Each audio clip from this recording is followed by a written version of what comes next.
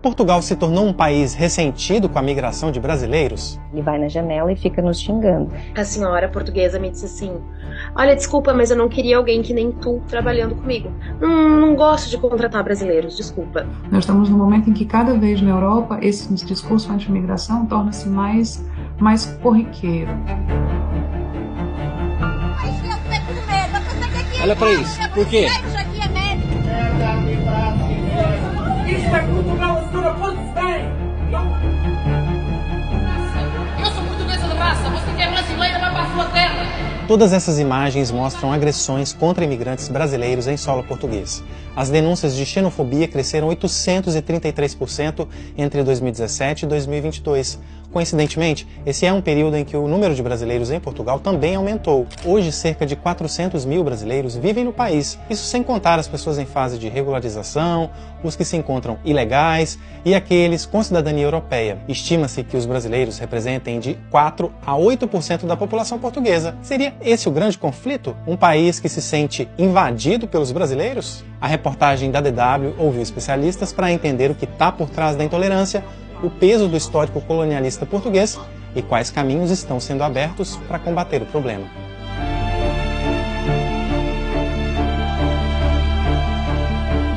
Não tem como negar, um dos elos entre Brasil e Portugal é um passado controverso, marcado pelo que hoje seriam considerados abusos de toda a natureza por parte dos portugueses. Essa ferida histórica, na opinião de historiadores, ainda sustenta velhos preconceitos, como a ideia ultrapassada de uma nação superior à outra, por exemplo. Isso pode, no final das contas, resultar em racismo e xenofobia. Nós, inclusive, abordamos esse aspecto cultural em detalhes nesses dois vídeos aqui. E vamos retomar esse tema ao longo deste vídeo aqui também. Mas antes, é importante a gente compreender o tamanho da inquietação contra brasileiros em Portugal hoje. A xenofobia, essa rejeição aos estrangeiros, está mesmo crescendo? Está transformando muitos portugueses em pessoas ressentidas com a nossa presença?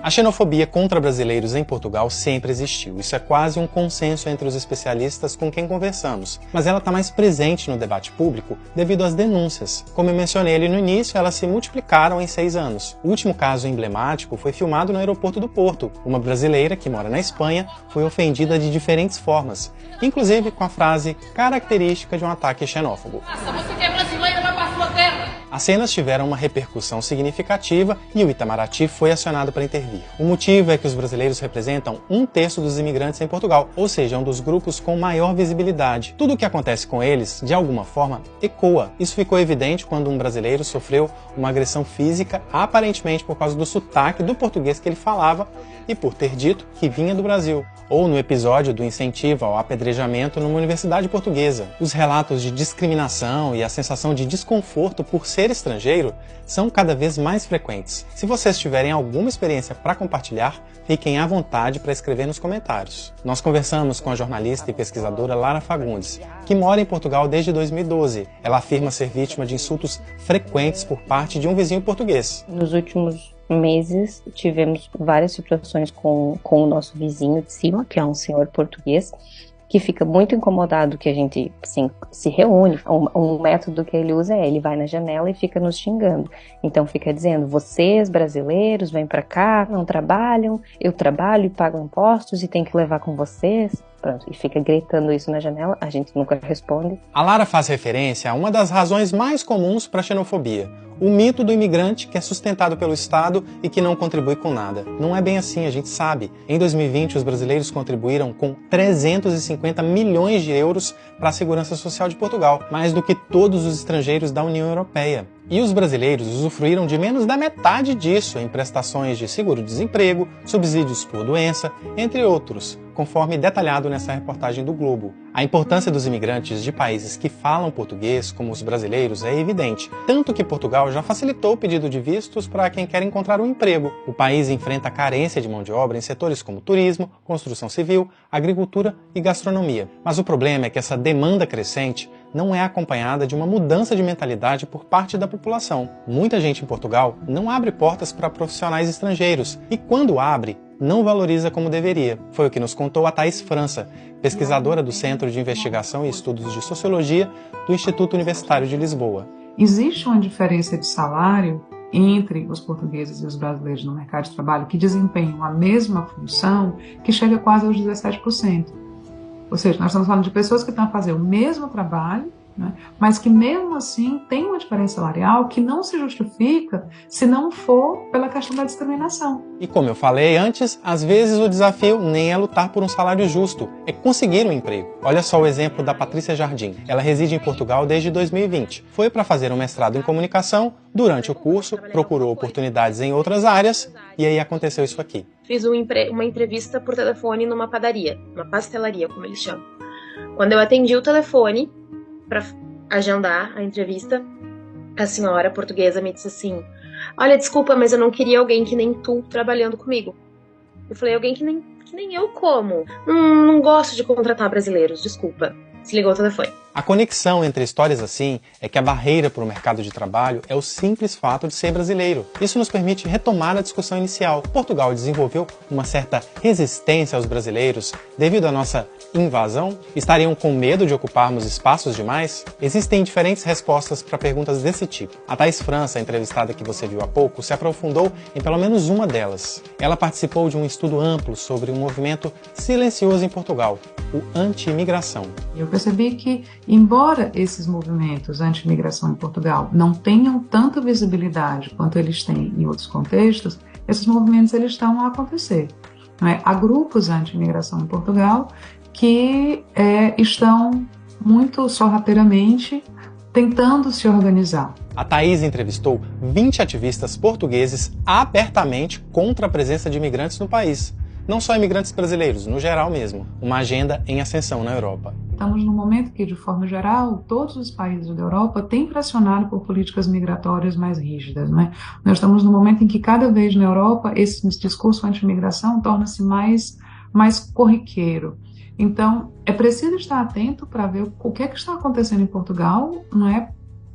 Para tentar ter uma postura mais de prevenção do que propriamente de tentar resolver o problema depois que alguma coisa mais séria vier a acontecer.